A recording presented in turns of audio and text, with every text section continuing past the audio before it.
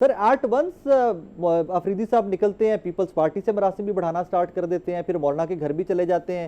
یہی مولانا ماضی میں بھی کہتے رہے کہ جناب اگر کوئی رفٹ ہے تو وہ گنڈا پور صاحب کے اینڈ کے اوپر ہے، ورنہ تحریک انصاف کے ساتھ مل کے چلنے میں کوئی پرابلم نہیں ہے.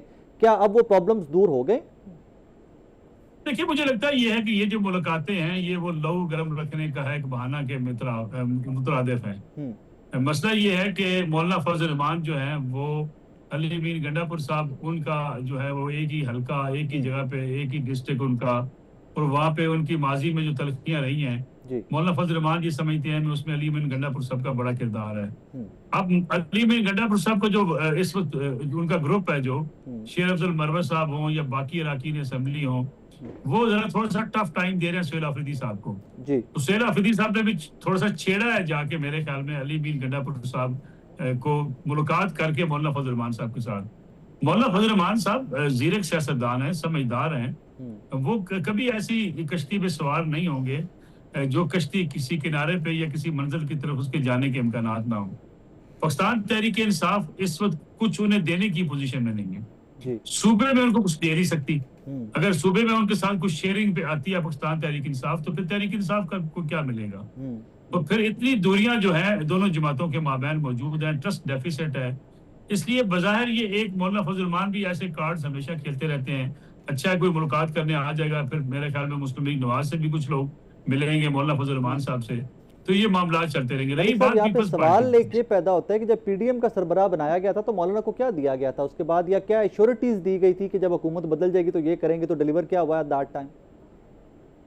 دیکھیں مولانا فضل الرحمان کو جو جتنی بھی شیورٹیز تھی وہ شیورٹیز الیکشن کے بعد تو بدل گئی نا جی. مولانا فضل الرحمان صاحب جتنی نشستیں جیت سکے یا جس طریقے سے ان کو الیکشن میں مسائل کا سامنا تھا، مولانا فضل الرحمان صاحب بھی اسی طریقے سے الیکشن جیتے ہوئے ہیں جس طریقے سے باقی لوگ الیکشن جیتے ہوئے ہیں. بہت سارے جو ہے مولانا فضل الرحمان صاحب کو بھی پتا ہے کہ الیکشن میں کیا مشکلات تھی. اگرچہ دیکھیں نا وہ کہتے ہیں جی مجھے تو دھاندلی کی گئی خیبر پختونخوا کے اندر.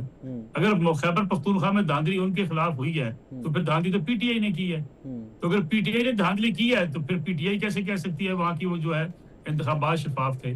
تو میرا خیال ہے مولانا فضل الرحمان صاحب کو جو ہے وہ اس سے زیادہ اور کیا دے سکتی تھی حکمران جماعت.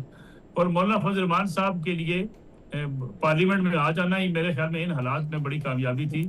البتہ یہ جو سربراہ تھے جنہوں نے حکومت بدل دی ساری، اس اتحاد کا سربراہ تھے، اور آپ کہہ رہے ہیں کہ مولانا کا اکیلے کا وہاں پہ پارلیمان میں پہنچ جانا بہت بڑی اچیومنٹ ہے. دیکھیں اس وقت اتحاد کے جب وہ سربراہ تھے اس وقت صورتحال کچھ اور تھی. انتخابات ہوئے تو صورتحال کچھ اور تھی. اتحاد سے تو پہلے تو جو ہے وہ میاں نواز شریف صاحب بھی چوتھی بار وزیر اعظم بن رہے تھے، آپ کو یاد ہوگا. جی ایسا ہی ہے.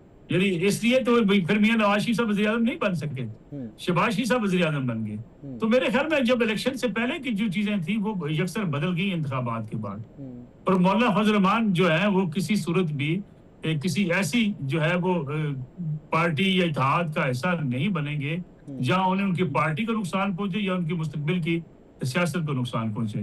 اس وقت پاکستان پیپلز پارٹی بھی کھیلے گی پاکستان تحریک انصاف کے ساتھ، کیونکہ وہ حکومت کو بھی تھوڑا سا ٹف ٹائم دینا چاہتے ہیں، ہلکا پھلکا سا اپنی جو ہے وہ وزن میں اضافہ کرنا چاہتے ہیں. تو میرا ایسا حالات ہیں نہیں، مجھے نہیں لگتا ایسے حالات ہیں کہ کوئی بڑا اتحاد بننے جا رہا ہے جس میں پی ٹی آئی ہوگی، جس میں پیپلز پارٹی ہوگی، جس میں مولانا فضل الرحمان ہوگا صاحب ہوں گے. تو میرا نہیں خیال کوئی ایسے حالات ہیں. اگر تو یہ سب اکٹھے ہو جاتے ہیں ملک صاحب پھر تو اپیرنٹلی گورنمنٹ کا ٹائم از گون نا، کہ اگر مولانا بھی اکٹھے ہو جاتے ہیں، پیپلز پارٹی بھی حکومت سے نکل کے پی ٹی آئی کے ساتھ مل جاتی ہے تو پھر تو گورنمنٹ از ڈن نا. پھر تو ایک بظاہر جو لینڈسکیپ نظر آتا ہے اس میں آ کے. لیکن پیپلز پارٹی کو 28th امینڈمنٹ کو لے کے بہت ساری ریزرویشنز ہیں. Is that one of the reasons کہ یہ بار بار پی ٹی آئی کے آپ ملاقاتیں کنڈی صاحب کی یہ وہ؟ میرے خیال میں ملک کے وسیع تر مفاد میں وہ ساری چیزیں مان جائیں گے جو انہوں نے ماننی ہوگی. دیکھیں اگر آپ جائزہ لیں اس ملک کی سیاست کا تو آپشنز کیا ہے پاکستان پیپلز پارٹی کے پاس؟ سندھ کی گورنمنٹ ان کے پاس ہے، صدر پاکستان وہ ہیں، اس وقت بلوچستان کی حکومت ان کے پاس ہے، آزاد کشمیر کی حکومت ان کے پاس ہے. دونوں جگہوں پہ گلگت بلتستان میں آزاد کشمیر میں انتخابات ہونے جا رہے ہیں جس میں وہ سوچ رکھتے ہیں کہ ہمیں بھی کچھ نہ کوئی حصہ تو ضرور ملے گا وہاں پہ.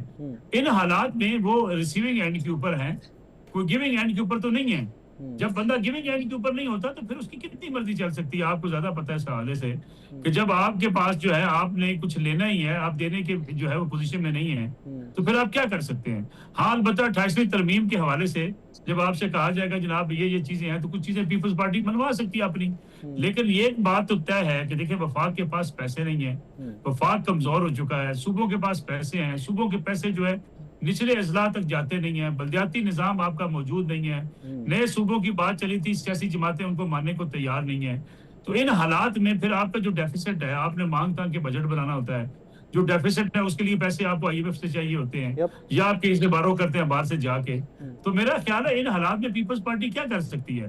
کیا پیپلز پارٹی جو ہے وہ حکومت سے نکل کے اپنی جو ہے سندھ حکومت چھوڑ سکتی ہے؟ کیا پیپلز پارٹی جو ہے چیئرمین سینٹ کی سیٹ چھوڑ سکتی ہے؟ پیپلز پارٹی بھی قطعاً نہیں چاہے گی کہ یہ سسٹم ڈی ریل ہو, یہ سسٹم کے راستے میں رکاوٹیں بنے.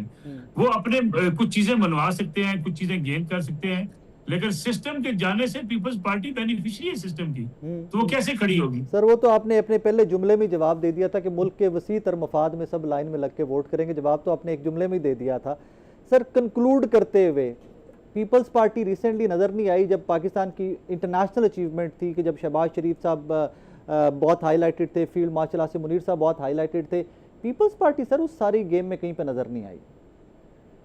دیکھیں پیپلز پارٹی نے میرے خیال میں ایک غلط جو ہے وہ کارڈ کھیل لیا تھا. غلط کارڈ یہ کھیلا تھا جب حکومت بننے جا رہی تھی تو پیپلز پارٹی یہ سوچ رکھتی تھی کہ چونکہ ایک بہت بڑی جو ہے حکومت کے خلاف مخالفت پائی جاتی ہے اور مسلم لیگ نواز حکومت میں ہوگی, مسلم لیگ نواز سے کچھ ڈیلیور نہیں ہوگا, اپوزیشن بڑی مضبوط ہوگی, پی ٹی آئی کا ووٹر جو ہے یا ان کا سپورٹر جو ہے وہ احتجاجی تحریک چلا رہا ہوگا. ان حالات میں اگر ہمارے پاس حکومتی عہدے ہوں گے تو ہم اسے دباؤ کا جو ہے ہمیں بھی سامنا کرنا پڑے گا. یہ کیلکولیشن غلط ہوئی. ان کے ذہن میں یہ تھا کہ ٹھیک ہے ہم صدر بن جاتے ہیں, ہم آئینی عہدے لے لیتے ہیں, گورنرشپ ہم لے لیتے ہیں, تو جو پریشر آئے گا وہ مسلم لیگ نواز برداشت کرے گی.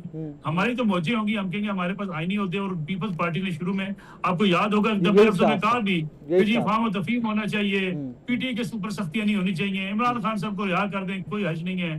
یہ بیانات بھی اس لیے دیے گئے کہ وہ اپنے آپ کو سمجھتے تھے کہ جو پریشر ڈالا جا رہا تھا پی ٹی آئی کے اوپر, یا جس کو پی ٹی آئی کہتی ہے ہمارے اوپر ظلم و ستم ہوا, اس ظلم و ستم میں بھی اپنا نام لکھوانا چاہتے تھے اور یہ پریشر کے اوپر بھی اپنا نام لکھوانا چاہتے تھے, عہدے انجوائے کرنا چاہتے تھے. ان کو یہ اندازہ نہیں تھا کہ ہم جو ہے ہندوستان کو شکست دیں گے, ہمارا نام دنیا میں گونجے گا, شہباز شریف صاحب اور آصف منیر صاحب کے ڈنکے بجیں گے, سفارتی محاذ پہ ہم اتنی بڑی کامیابیاں حاصل کر لیں گے اور یہ سارا کریڈٹ لے جائے گی ملک کی اسٹیبلشمنٹ, ملٹری قیادت اور سول قیادت لے جائے گی.